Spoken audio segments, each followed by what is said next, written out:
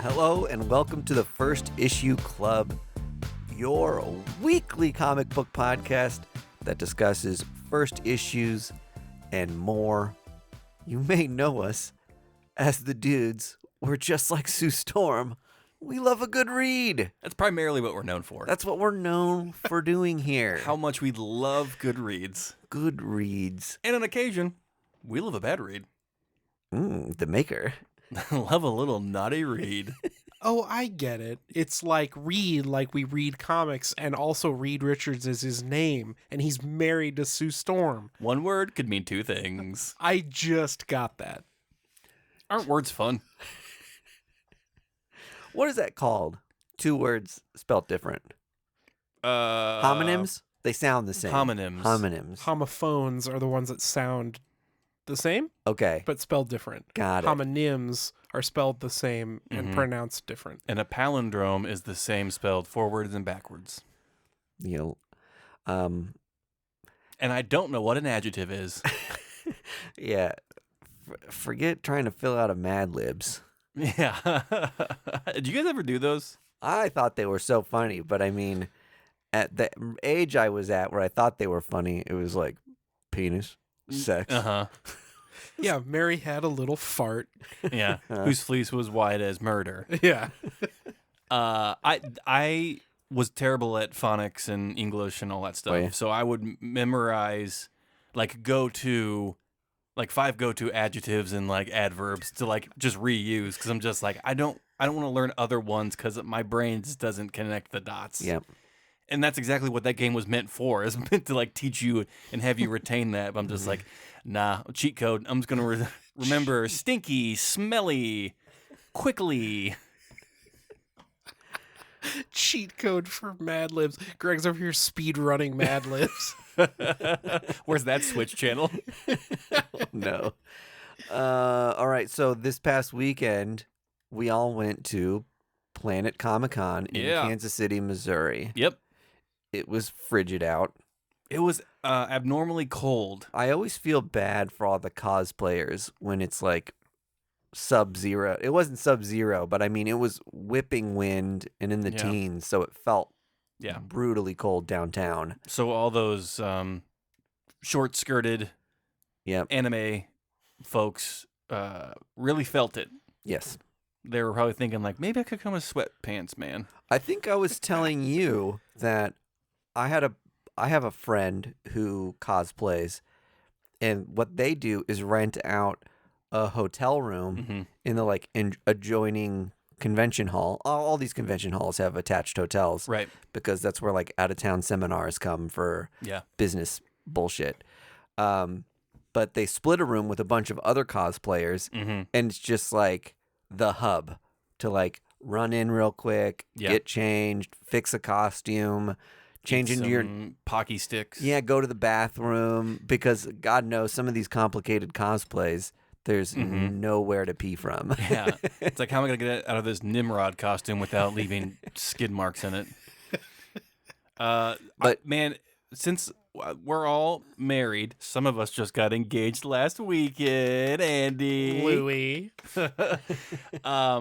You know, my time of trying to get a hotel room with all the like Comic-Con stuff going on and like having a fucking buck wild party is over, but that seems like the place to be if you want to like have Comic-Con after dark. Just like go, you know, rent a hotel room at like a hotel close by and just like rage with all your buddies.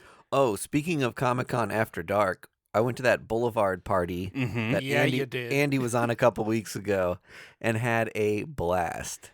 It was fun. They had so many cool things to do. They were just giving out beers left and right. So Jordan, who's also a Boulevard rep, we talked to her at her booth at Comic-Con, and they were, you know, crossing their fingers hoping that like 300 people showed up to this thing. Way better than that. She said that over 1,300 showed up. Yeah. And that it was like one of the best events they've thrown. And so be prepared, Kansas City folks and Planet Comicon folks. Yeah, they'll do it again. They're going to do it for sure annually now. It's going to be a huge thing. And I'll tell you what, it was near impossible to find where the ballroom was that they had it in. And given that, I mean, I'm really impressed with the amount of people that showed up. Fuck yeah. So that's great. You had to work for it. The video of your dance was better than any book I purchased this week. They did a really cool one of those 360 cameras that turns it into like a little GIF zipping around you. To show off your cosplay outfit. Exactly right. But I just did it as a normie, getting down to whatever the DJs were playing. That was no normie dance you did, my friend. It was epic. But it is really, I can't emphasize enough how wild it is to just like be surrounded by Sailor Moons and Spider-Man and everybody's just like dancing to like EDM. It was really fun. And they had this really cool idea, and maybe they do this at a bunch of conventions, but people in their cosplay could go up on like a little stand, and you'd have a handful of artists there who would do like a comic book styled sketch of you and your cosplay. Whoa. So they had these different people holding poses, and then they would whip something up real quick. It was That's so dope. neat. That's really awesome. Yeah. That's so cool. So a lot of fun stuff going on there. If you missed it this year, check them out. Yep. Next I think year, if you remember. they announced the dates for next year, and it's early March this year. Or next year, I should say.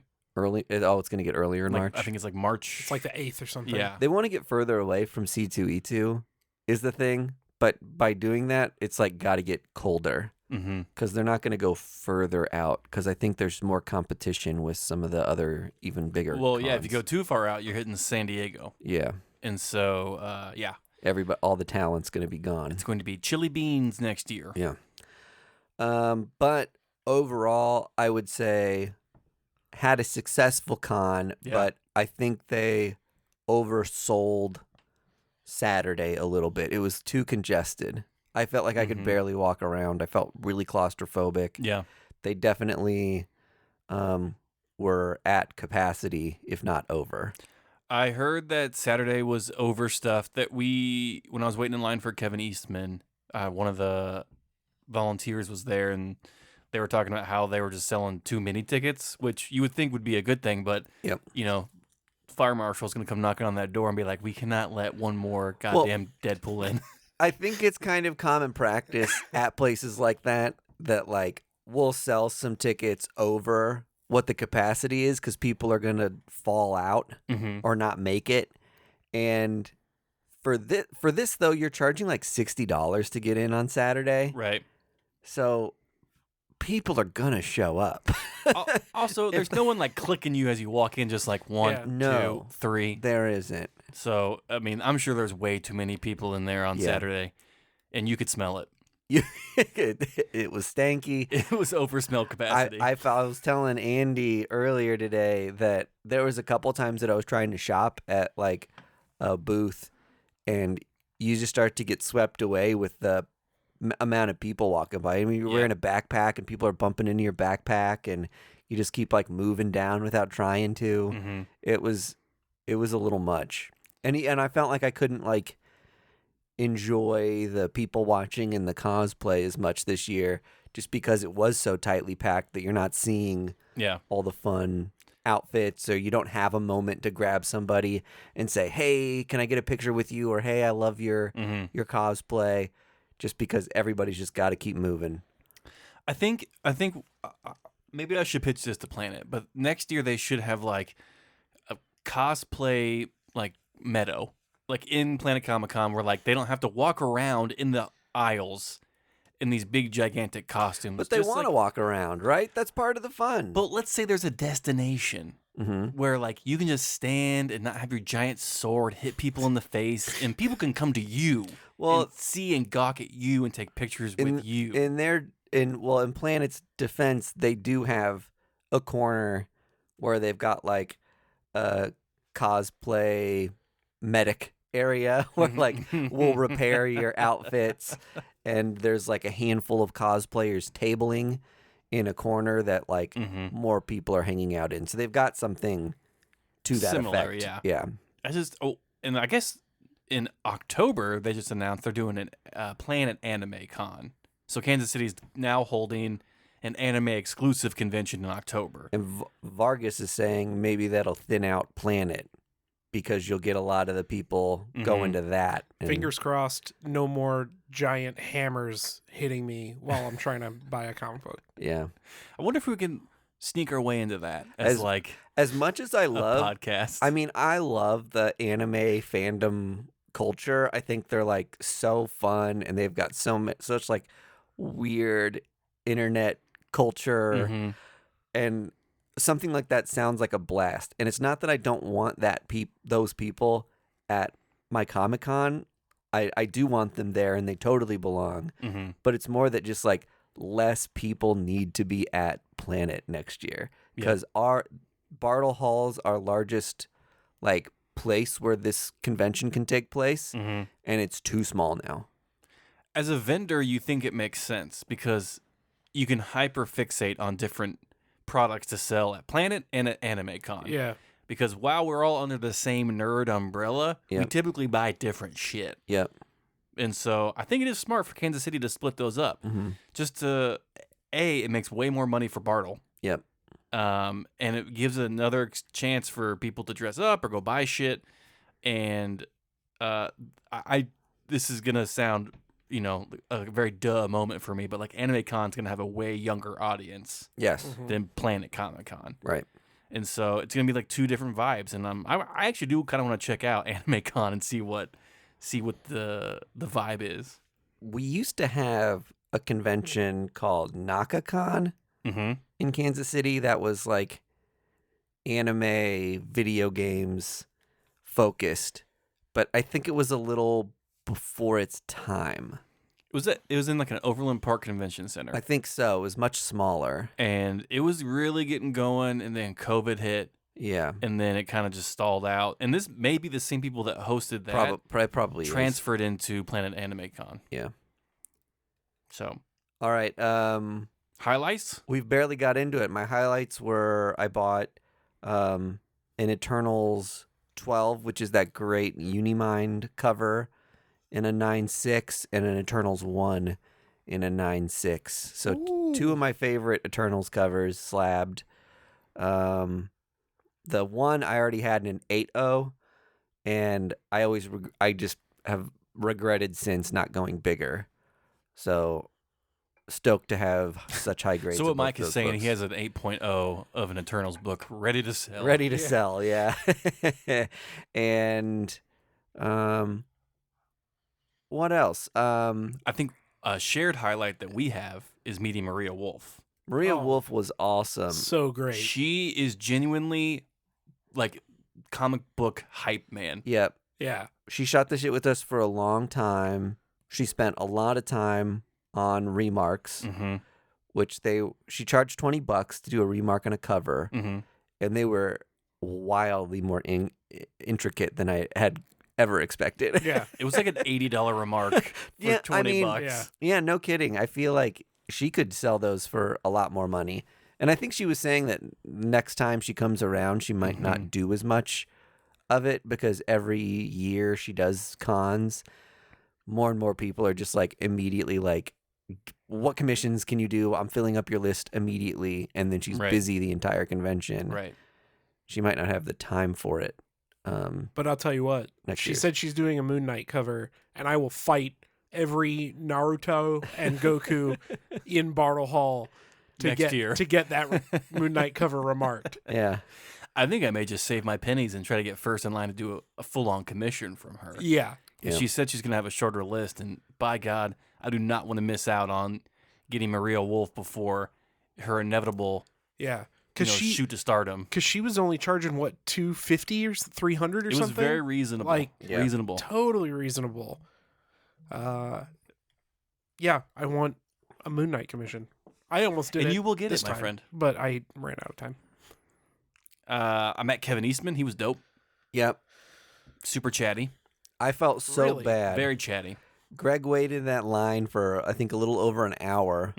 And I didn't realize... With a fast pass. Thank you, Boulevard Beer. And I didn't realize that he was getting just your book signed and my book signed. Oh, what a guy. He didn't get anything to get signed himself. Dude. The payment was the journey in line. Oh. Made some friends. Okay. It was cool. Yeah. Yeah, this is my first time using a fast pass. I get to meet him, so yeah, that was really cool. Mm-hmm. I Me and Vargas paid for you to meet him. Yeah. Well, yeah. You gave sweat equity though. Yeah, exactly. I may be the guy that worked on the house that you're flipping. Yeah. But you guys are getting the reward of the remark and the signature. But I loved it. I really enjoyed meeting him. I got to listen to people talk to him ahead of me, and they're just like geeking out, asking him turtle questions. He's loving every minute of it, and he's a really good guy. That's awesome. David Mack was a big sweetheart. While you were waiting in line for turtle stuff, I went and bought some stuff from him. Yeah, and he did a remark, and he gave me a free poster and then 5 mini prints for free. Yep. So he was just like, well, the longer I was just kind of chatting with him, and I was like, am I bothered? Do I need to go? And he's like, no, I'm just here by myself. And he was like, I appreciate it. Here, take some more stuff. He's such a cool guy. He just kept giving me more stuff and telling me more stories, and he was such a nice guy. Yeah.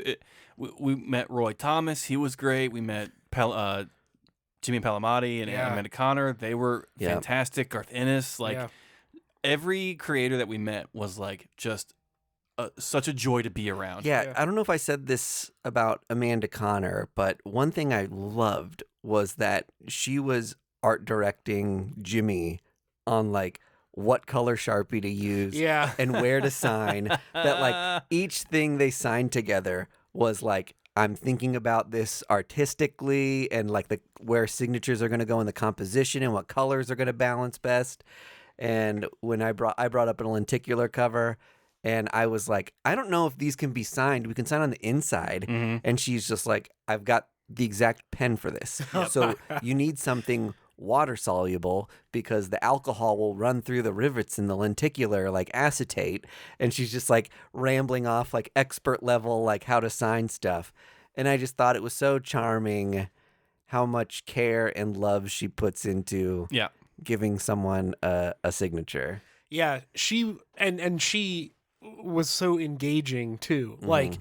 Every person that walked up, I'm kind of sheepish at those kinds of things, because I don't want to bother anybody. Sure. But I walked up and I handed her the one thing, and she was like, "Oh, hey, how are you?"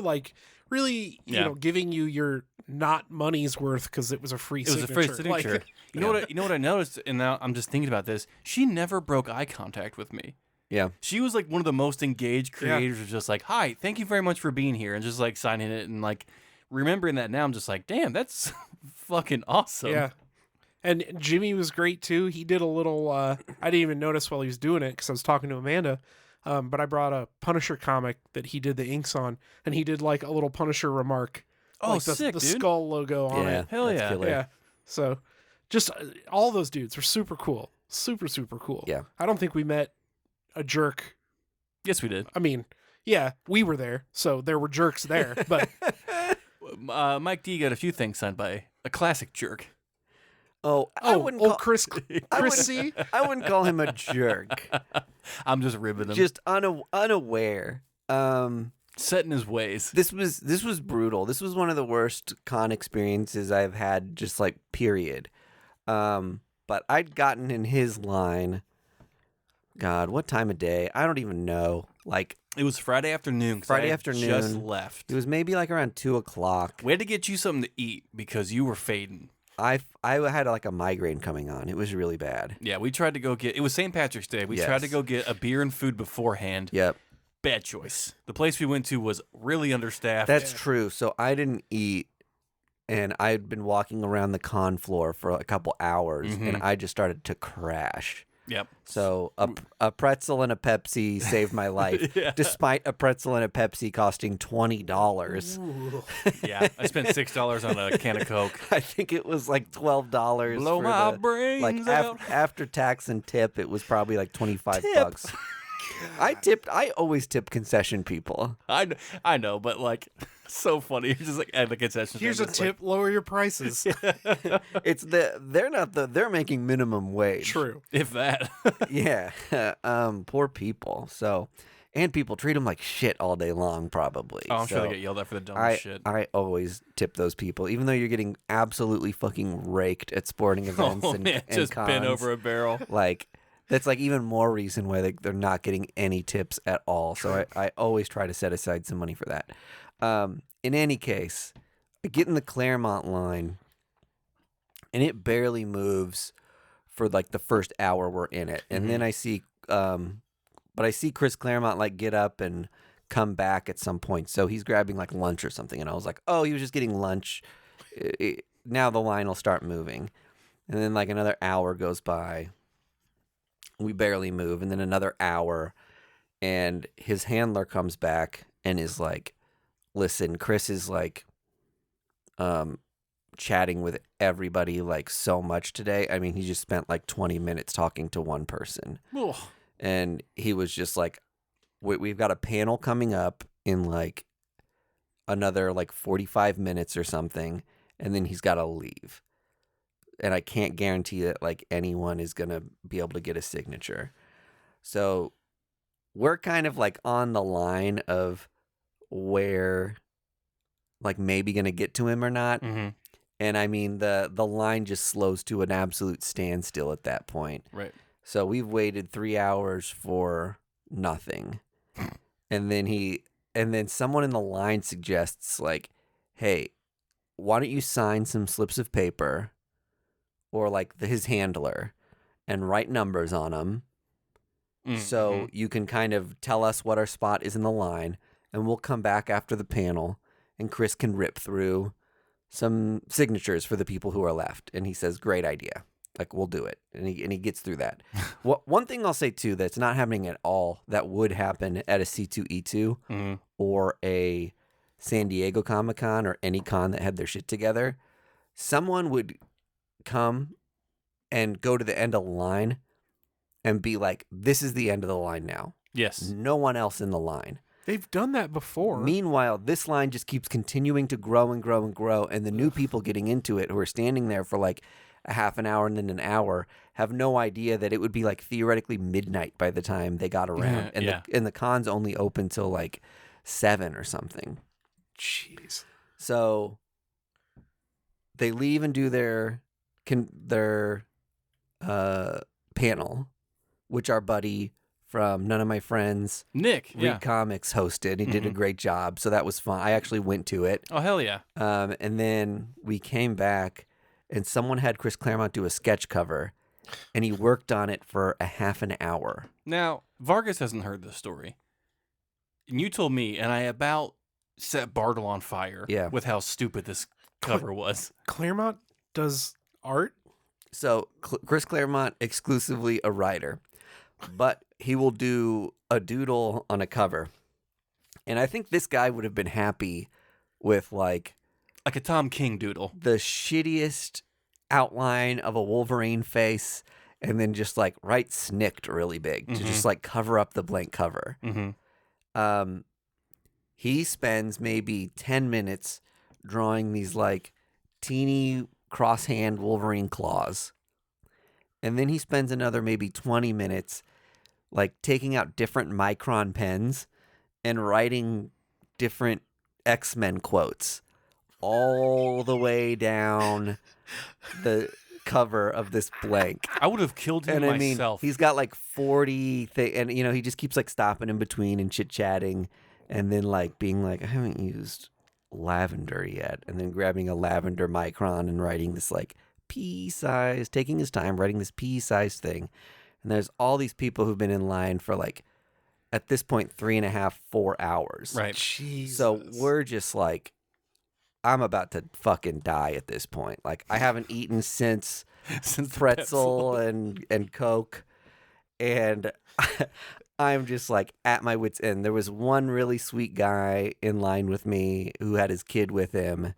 And I felt so... the kid graduated high school in line. Yeah. I felt so bad for his kid who's just like, there's so much fun stuff to look at here, but we're in a fucking line. Dad, I was conceived and born in this line. Now I'm a man. It is my job to kill Chris Claremont. But to his credit, he stayed late. But he has nothing else to do. But all told, it took about 4 hours of line time. Oh, brutal. To get my stuff signed. And then he kind of like, he was picking my stuff up to do like straighten everything out. And then he kind of like half dropped everything. And I was like, no. So I think some of my corners got like a little bunked even after that. And I brought like early 100s X-Men, dude, and some stuff to get signed. So that was kind of like, I was like, well, if someone's gonna bend them, I'm fine with it being Chris Claremont. So oblivious. But after all that time, that was a little brutal. And I'd also brought I'd also kind of grabbed, there was a handful of people in line with me that just had one book, and I was like, I won't talk to him, I'll just keep it as brief as possible, just give me your books. And we'll do like 4 people in lines, like single issue. Yeah. And we'll just get them done with me. Yeah. And so we did it. And one guy had an X-Men, a 90s X-Men one, like the 4 connecting covers, already signed by Stan Lee and Jim Lee. Holy shit. And so he was getting the 3rd SIG. Holy shit. By Claremont. And I was like, what a fucking trifecta. That's beautiful. And then when he like flubbed the stacking, I was like, no, this guy's Stan Lee, but Chris. So yikes. That was not only the worst part of the weekend for me, it was like my worst con experience ever. Yeah. No shade to Planet. They had no control of that, but Chris, you got to get better. The shade to Planet would be like, get an end guy on the line. Yeah, get an end person on the line to just be like, listen, with the click that we're working at, you're the last person. I'm going to blame Claremont's handler. Thank you. That's what I've been thinking this whole time. Homeboy needs to be like, Chris, I know you're a legend, but like, you got to keep going. You need to keep moving. First of all, no one wants to hear these stories. That's what the panels are for, big guy. Chris, you can tell your stories as you're grabbing the next book from the person in line. Yeah. Like, you can talk to whoever you want to talk to, but like, you need to keep signing books. Roy Thomas is the prime example for that. Yeah. Man had stories, was signing the whole time. We were in and out in a mere 30 seconds. Yeah. And it was the best. Yep. It was the best. Told me he hated the name A New Hope for Star Wars. It just spit, and then he spit on you, and you go, thank you, Roy. Thank you for your service. Appreciate it, sir. But I mean, honestly, this is the first true con experience since COVID, and I'm sure Planet was glad to get back to business as usual. Yeah. But it was good. I would have liked to see a little more comic book creator representation than I did see. Jason Aaron snuck in at the Elite panel to do a signing for like a couple hours. I hate this. And this is something that happens at a lot of conventions where a retailer will get a person and have them at their booth, but they're not listed. Not listed at all. As a Planet guest, and you have no clue they're going to be there because you have to follow these specific tablers and retailers to understand that person's going to be available. Like there was one year, you gave me a comic because you heard Rose Besh or something was going to be at C2E2. Yeah. So I had your comic in my little holder for the entire weekend, and I never saw her. And she was she tabled with a retailer for like 2 hours. Yes. And spent most of it doing like remarks that cost like thousands of dollars. $200, $300 remarks. And had I known, I maybe could have slipped in and gotten a signature, but I'm looking around the floor like, where the fuck is Rose Besh? If didn't have a table at all. Be here? No. Ridiculous. I think I'm going to start like just carrying, even if they're not announced. Your whole collection. Yeah. My whole collection in a backpack. In a bucket.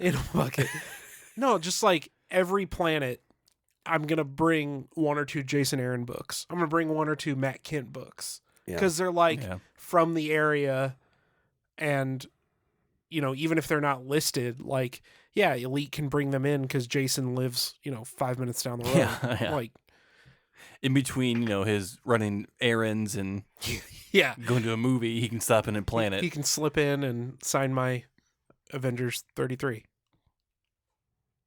I think I have enough stuff signed by Jason, and I love Jason. He's the best. I am checked out on getting things signed by Jason Aaron. I love him, and I just have so many things signed by him at this point that I'm like, I'm solid. I was on the Jason Aaron train like 10 years ago, so all the important shit I've already gotten signed. Mm-hmm. I still want to get, because he did that Avengers run and he did the Age of Khonshu. Yeah. I want to get that Age of Khonshu, and then Once Upon a Time at the End of the World. I want to get that signed. Oh, that's a good book. There definitely is some indie stuff I might have gotten signed, but I'm glad he's doing more indie stuff. Mm-hmm. Did you guys like Sea of Stars? Did you ever read that? So good. Oh, that was good. I got that signed by both of them. Did you? Last year. Hopeless and Dennis Hopeless. Yeah. Or Halium, whichever he's going by this time. He writes different books under different monikers. It's very confusing. Yeah. I think he's trying to get away from the Hopeless thing, but I think he abandoned that because nobody recognized Dennis Howell. Yeah, right. He had so much cred as Hopeless. We want the Hopeless. Yeah. Anything else from Planet? No, I had a good time. Excited for next year. Hopefully, we can hit C2E2 next year as well. That's my plan.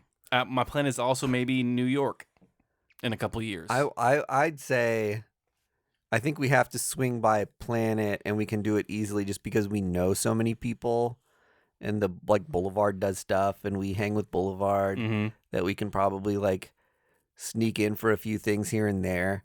But I'm honestly thinking with how crazy Planet was this past year, I might just fully devote my resources to going to Chicago or New York or Emerald City or something like that, because just doing Planet Comicon in Kansas City is expensive.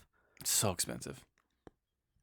C2E2 would be a blast next year. Doing 2 is brutal on your budget. Yeah. So if I'm going to travel, I'm probably going to mostly skip Planet, maybe do one day just to So you did it. And if someone badass comes. Just do a thing with Boulevard or hang out a little and say hey. Yeah. If you do C2E2 next year, I'll go with you. Right on. We'll see when it comes. You'll have 2 kiddos at that point. I'll have another kid in less than a month. That is wild. Crazy. What wild and crazy kids. Crazy times in the city. All right, moving away from Planet Comicon talk, a few other things. If you're in the Kansas City area, this won't really matter to you after Sunday, but we are doing the charity event with Debates on Tap and Who the Hell Is This For at Big Rip at 1 o'clock. Yeah. We're doing some charity Mario go-karting, and it's going to be a good time. It's going to be a blast. Got a lot of good prizes. We got prizes from Boulevard, prizes from some local Kansas City gyms, and some the beer tours and stuff. It's fucking rad. So stop on by Big Rip, play some video games with us, donate to a worthy cause. Hope to see a lot of you there. Lose to us in Mario Kart. I probably will. I'm not very good at Mario Kart. He says slyly. Yeah. Little teaser for the Patreon this week, patreon.com/firstissue club. If you are a longtime fan, you will remember a year ago, Mike D and I sent off books to CBCS to get slabbed, and they have finally arrived. They are here. They are in our possession. I can see them. I don't know the grades that we've gotten, so we're going to do a live reveal on the Patreon video. So go check that out, patreon.com/firstissue club. I also brought some other $1 comics that I picked up randomly on an afternoon I want to show off. Yep. The stakes are high on the slabs. The stakes are very high. We've got a couple books in there that are the difference between a 9.8 and a 9.6 and a 9.4 are hundreds of dollars. So yes. Tensions are high. We'll see. I'm sweating. If I seem distracted at all during this episode, it's because I can see the box. It's in my peripheral, and it's it's like the floating dagger in Macbeth. It's just hovering above me. And some comic book news. Captain Marvel is sadly ending at issue 50. Wah, wah. This is the longest run of Captain Marvel. Yep. Kelly Thompson has absolutely done the Lord's work with this book. It's been going for 5 years. I I am astounded, and I'm sad, and I'm happy that it lasted this long. Yep. But shout out to Kelly Thompson. Hopefully you do more Marvel stuff, because every Marvel book you've touched has been absolute gold. Black Cloak on Image right now is incredible.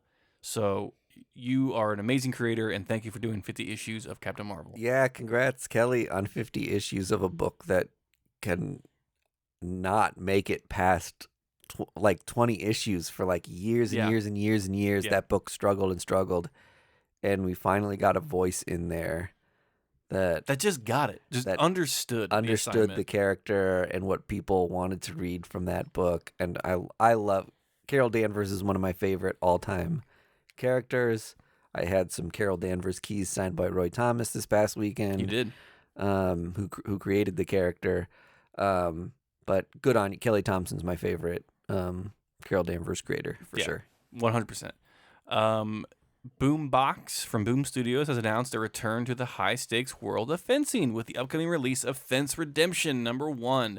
You may remember Fence from 2017. It is a coming-of-age LGBTQ queer book about fencing, the sport of fencing, and growing up and just being yourself.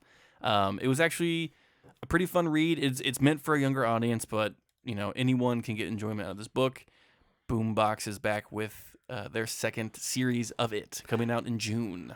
I never read Fencing, but I did read the basketball one, women counterpart one. I think Fencing was mostly guys, and then there was a women's one called Avant-Gardes. And I think it was queer gals at an art school who started a basketball team. Yes. And I thought that one was fun. This was all around the time when Chen did the Backstagers. Oh yeah, I forgot about that book. And it was all about these young kids in high school figuring themselves out, Giant Days and stuff like that. Yep. Lumberjanes. It was an interesting time at Boom. And, a lot of great books came out from it. I kind of stopped buying coming-of-age stuff. Well, because you've come of age. I've come of age.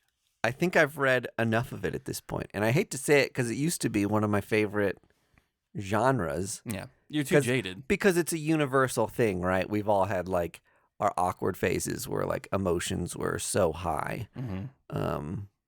My emotions aren't as high anymore, but I'm still in a predominant awkward phase. I just don't know how to be an adult or talk to other humans. The act of small talk is completely lost on me.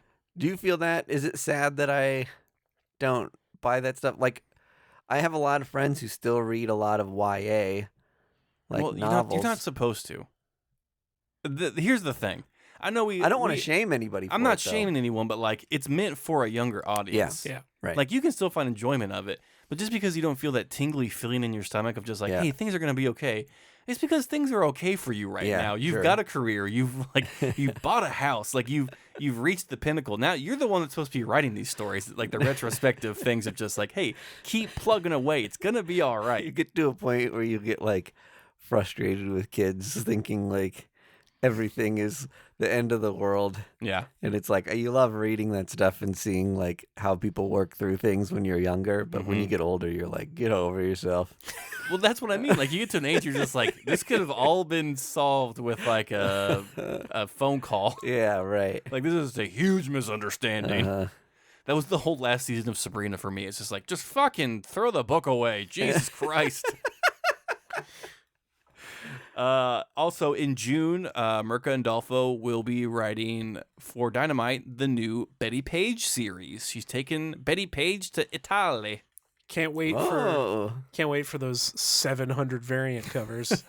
Well, all the typical characters are there for the Dynamite covers. I think they have a rotating cast now of 5 go-to artists for Dynamite. There's Linzer and Lex and all them. So Sway. So be aware, it's out there. But Mirka Andolfo has already proven herself as an artist, and now she's a phenomenal writer with all the Sweet Paprika stuff. And do we know if she's doing? She's just writing it. She's writing it. I was gonna say if she's also doing the art on this, where Vava Voom. Show me your time machine. Yeah. There's no way there's time for you to do all that stuff? It's alongside artist Elsa Ferrari and co-writer Luca Blangino. All right. So very Italian names. It's a very Italian name. It's a very Italian book. I'm excited for it. I love when they get these vetted creators in Dynamite. We've talked about this before. Of just like you get so used to these Dynamite books being kind of throwaway or whatever, cover bait. And then when they get a strong creative team, you're just like, wait a minute, what the fuck? I know. What happened here? Yeah. Yep, 100%. I'm excited for that. I'll check it out. Oh, we got him. We hooked him. I bought some... Dynamite, you've done it. There was a series of Betty Page variants. I can't remember the name of the artist. I thought you were going to say Betty Boop. But they were like very painterly covers for... Betty Page, The Alien Agenda. Ooh, okay. And I bought those just because I got a kick out of them. Yeah. And one of them's a Spider-Man 1 homage cover. Hell which yeah. I got a kick out of. Is it the Spider-Man 300 where Todd McFarlane did it? That would be an amazing Betty Page doing the Spider-Man pose. It's the Todd McFarlane #1. Oh, okay. Yeah. I thought you were going to say it was the Chameleon Strikes. With Spider-Man up on the wall. Just like completely spread out. The actual Spider-Man #1. Yeah, that one. Yeah.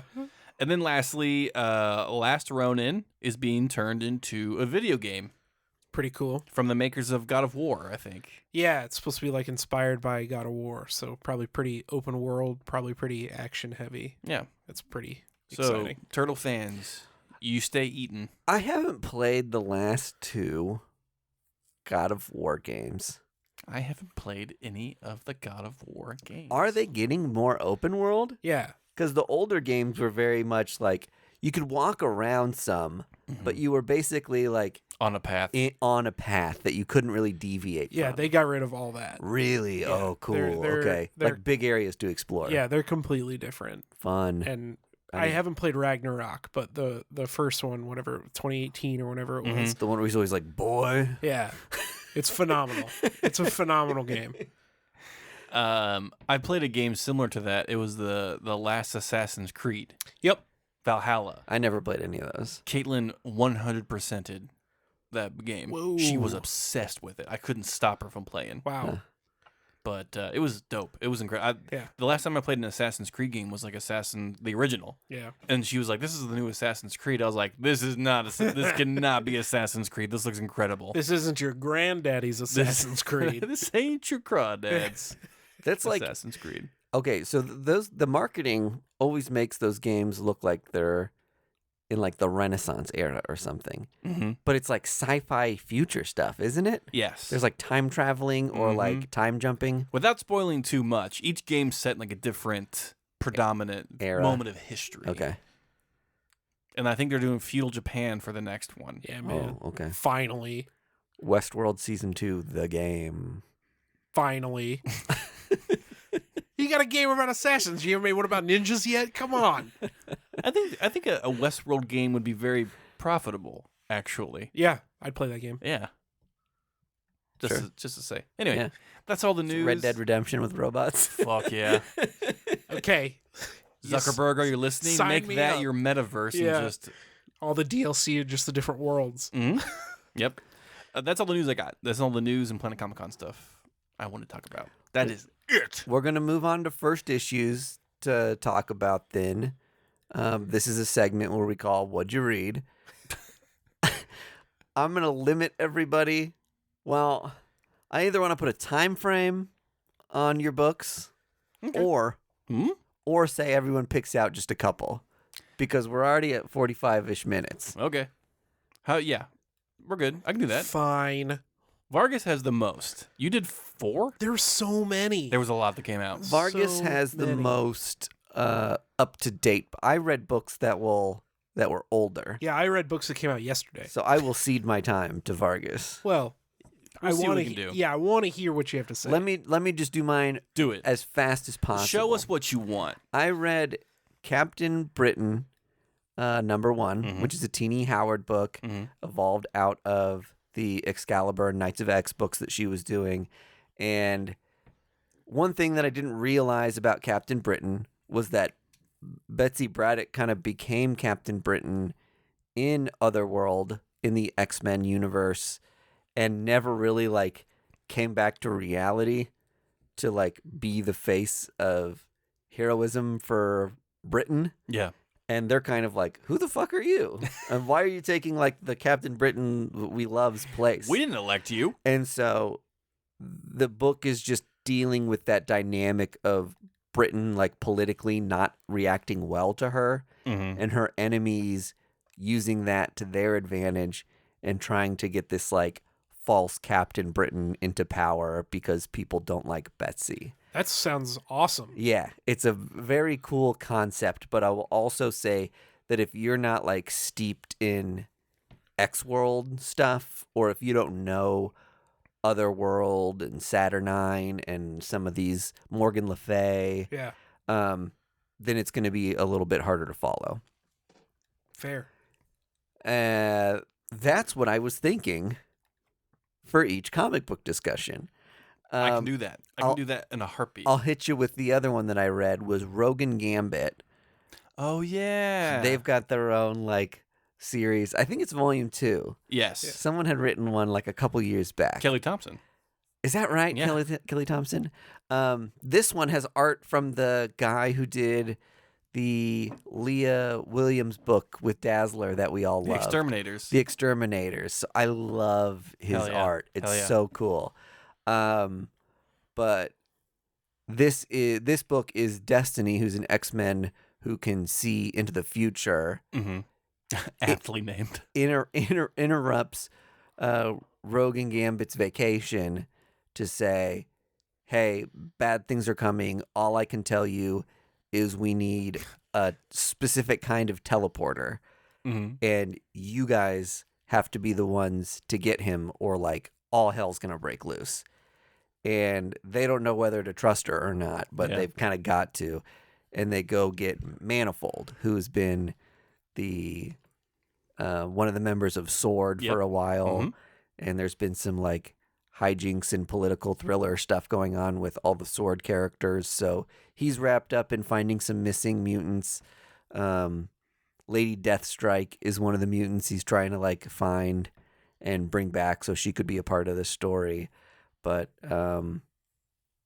it's basically Manifold trying to rescue mutants, Rogue and Gambit trying to pull Manifold away from whatever he's doing to be part of a solution that we don't know what the problem is yet. So a little bit of like it's like mystery thriller. Sure. Awesome. Yeah. I read The Neighbors from Boom Studios. Nice. That was one of my 4. By Jude Ellison S. Doyle, who wrote Ma. Oh, I loved Ma. And Letsia Cadonci, who is the artist for House of Slaughter. Oh, cool. So 2 phenomenal creators. This book, and Andy, we can tag team this if you want. This book is basically a take on Invasion of the Body Snatchers. Yeah. This family moves into a weird neighborhood. Something seems amiss. At the end of the book, daughter is taken, and the father chases after said child. Dad runs back to the house. Child is there magically, and looks different. And acts different. Yeah. So it's like it's a horror leaning. Yeah. Pretty. I think it's gonna have a lot of messages here because the father in the book is a post-op trans man. So it's a woman who has transitioned into a man. Okay. And so it's the stepfather, and the mother of the daughter was once married to a woman, divorced the woman, and married this now trans man. So there's a lot of different things not moving feeling around at home here. in your own body. Yeah. Yeah. There's a lot of stuff. There's gonna be a lot of I can't think of the word I'm looking for here. That's very smart. What makes you is not your body. Yeah. Kind of that's I like. Yeah. So it's gonna be a real buzzworthy book. Ma was another one that just like dealt with feminism and sexuality and sexual assault was like a theme throughout it. Sure. And did it in a way that was like, this is like a gripping sci-fi thriller horror that at the same time, you take like the tiniest step back from it, and you're like, "Wow, I see what you were doing now." Yeah. And this is a 1 of 4. So the first issue moved quick, Pretty quick. Yeah. and I'm hoping that these creators get to tell the story they want in 4 issues, because if not, it'll be a misstep for all the big ideas they're trying to rope in here. Yeah. So I hope they've left themselves enough room to tell the story that they want. What's the name of the book one more time? The Neighbors. The Neighbors. Okay. It gave me the same kind of vibes as the Autumnal. Totally. Yeah. Same kind of like creepy neighborhood. Something spooky stuff. is That book was happening good. under the soil. Yeah. Very cool. So, like I said, I hope they get to tell the story that they want. And then this is also, my next book is a new book, but also stayed good. I read Torrent 1 and 2 on Image Comics, out from Mark Guggenheim and Justin Greenwood.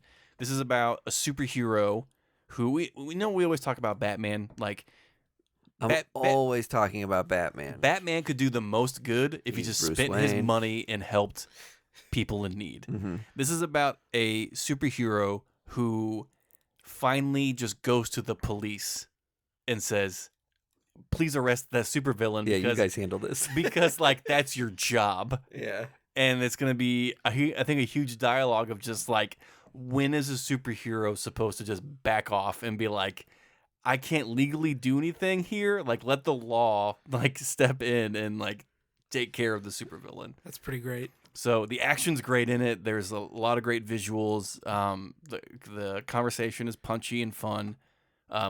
This is going to be one to watch to see what the overall conversation is going to be about the book. All right, cool. And Guggenheim has a lot of TV creds too. So I can't recall what they are right now, but I mean, what a fucking name. he did like Heroes or something. Like he's been on a whole bunch of stuff. He took a big break from writing comics because he went and worked in Hollywood. So Nice.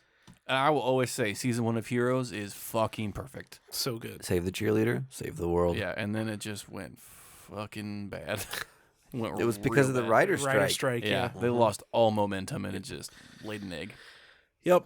I read a whole bunch of stuff. Some of the things that I won't be able to talk about today are Exo Manowar from Becky Cloonan and Liam Sharp. Okay. I Why? might- Because I haven't read it yet. Oh, okay. Why? I thought you were just so like accusatory. I thought you were just gonna be like, I'm gonna be cut off from time. Like No. I know I'm gonna get the wrap up button. I might do a write up of it I would love that. because I'm pretty excited about that creative team. What the heck? I thought- Explain yourself, asshole. you get engaged and you become a different person. The old Andy would have done it. I'm sorry. I'm sorry, you guys. I also read The Neighbors. Another one that I'm not going to be able to talk about is Dead Romans, but it was very good. Was it good? I skipped it just because it's like it looked like Roman Empire stuff. Same. and- I was just like, Y'all, I'm did you bummed. see the art? No, I was bummed. Now I'm bummed. I'll go try to find it. Yeah, it's a cool book. Okay.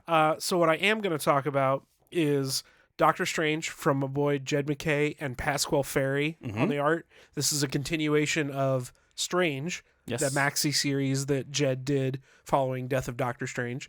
This is Doctor Strange back in full force. He has regained the mantle of Sorcerer Supreme. He is alive? He is alive. He is reunited with his wife, and this is his story kind of moving forward, just doing everyday Doctor Strange stuff. There's a great kind of vignette of him, like his first week back, and basically every day he goes and visits a new superhero, and like, oh, what are you doing? Oh, Spider-Man found a goblin who's taken his soul because he's playing 3-card Monty under a bridge, that kind of stuff.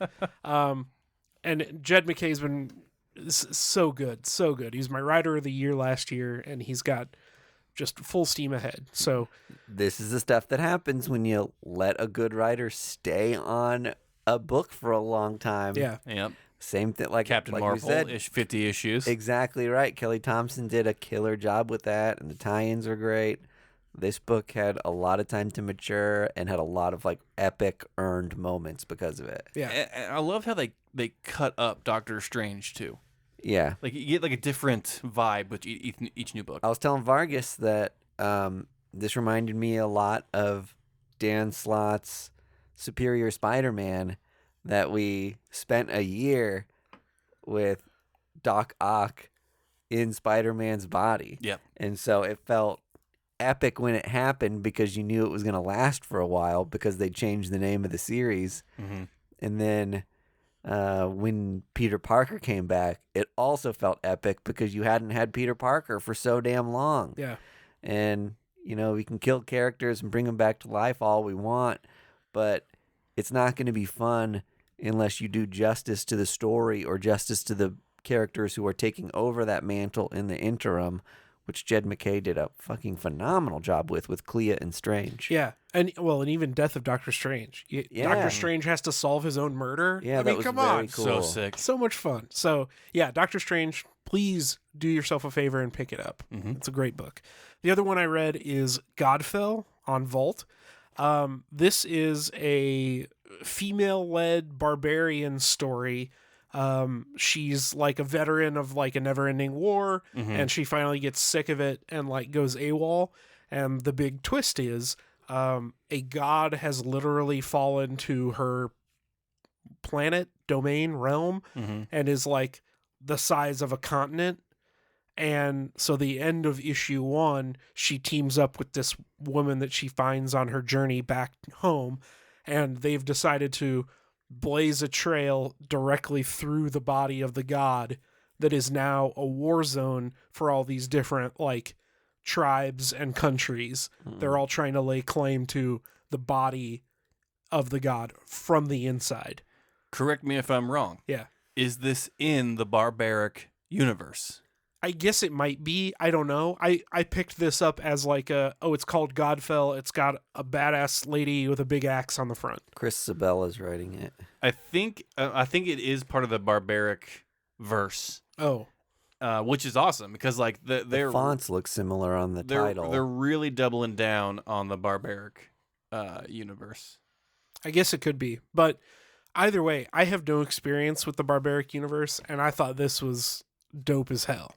Yeah, that sounds rad. People get cut in half, and the end is just like a big fish hook right in your lip to get you hooked on the rest of the series. The barbaric universe fucking rips. Yeah. So it's called Godfell. You've got it in your hands, Greg. What's the creative team? Creative team is writer Christopher Sabella, artist Ben Hennessy, colorist Triana Farrell, and letterer Jim Campbell. Dope. Thank you. Yeah, appreciate you getting the letterer in there. You know what? I do my best. Yeah, it's a great book. I think it looks super cool. And if this is the tone for the rest of the barbaric universe, I'll probably pick that stuff up in trade, I guess. How do they enter the god? What orifice? There's a hole in his foot. Oh, okay. Like, literally at the end, they're just like, here, I'll find it. This is why I can't write comics. Because I'd be like, just put him through the butt. Yeah. It's just a big hole in his foot, and they go right through it. It's like a hoof. Yeah. A hoof. So, super dope. dope. Did I say it wrong? Hoof. Hell yeah. I actually ordered that online, so it's coming to me. I'm excited to read that whole series. Nice. And the last thing I have to say is about Neighbors. Get the C cover, because it's like a spot gloss. Ooh, and it glows in the dark. Yeah. Does it really? Uh-huh. Yeah. It's just a dope cover. Rad. They had a lot of cool ones, but that was the one I had to get. Nice. Anyway. And I read a whole bunch of other stuff. I'm excited about Exo Manowar. I've been trying to dive into Valiant for years now. And good luck. The only thing that really strikes me is Bloodshot, but it feels like those are just, 4 or 5, 6 issue minis. They did, 2019, 2020, they did a heavy investment in Quantum and Woody and Archer and Armstrong. Yeah. And I thought it had legs. I swear to God, I thought it had legs, and then it valianted itself. I think the pull of relaunching a number 1 is too great, because you're always going to get increased sales when you drop a number 1. So stupid. Anyway. They need someone so undeniably famous and good. Chris Claremont. To just be like, I'm going to be Valiant now. Like, to what Hickman did with, like, all X-Men is kind of like, I'm the creative director of all the X-Men books. Right. I mean, like, Matt Kint was that for a while, though. And it did great. And that was the best Valiant has felt for a long time. It was... Because it was Lemire and Kent together did a lot of stuff. And Jason Aaron was writing Bloodshot at the same time. Yep. Here's what you do. You go full Chaos Agent. Give Grant Morrison the keys That's to what the I'm Valiant saying. verse. That's what I'm saying. Just like Grant, nuke it all, start from the ground up. And he'd be like, okay. Great. Or they would be, sorry. Everybody kisses. Yeah. And I'd be like, fine. Yes. Totally. That's the level of person they need, I feel like, to make Valiant what it's been trying to be for 30 years. They need a literal sociopath in there just to like, Charlie from Always Sunny with his string and circles and his like huge map of timelines, just like make it work. Grant Morrison and Alan Moore team up There'd to be relaunch no fucking way. Valiant. No, the universe would explode in on itself and we would all die. Well, and I'll say that like Matt Kent and Jeff Lemire did a great job with saying like we need a core book, and they called it The Valiant. Yeah. Mm-hmm. And it was just like, here are the people to pay attention to, and their stories are gonna like fly out of this like central thing. So like I've got my bearing of who they are, and there's two amazing writers writing it together. Now I can venture out into the like attached things as I see fit. And that was a killer kickstart. It lasted like a couple years, but again, best Valiant had been in a long time for me. Sadly, it didn't last long. Well, I'll let you know how Exo Manowar is. Yeah. Becky Cloonan is the big hook there. Liam Sharp. Did you not get that? Also a good hook. Anyway, that's First Issue Club. Thanks for joining us. Head on over to the Patreon, head on over to our social medias, and please, please, please do not forget the Bag and Boredom. Bye. First Issue Club is edited and produced by Mike DeStacy, Greg Lichtag, and Andy Vargas. Follow us on social media at First Issue Club, and check out our Patreon for videos, audio, and more at patreon.com/firstissueclub.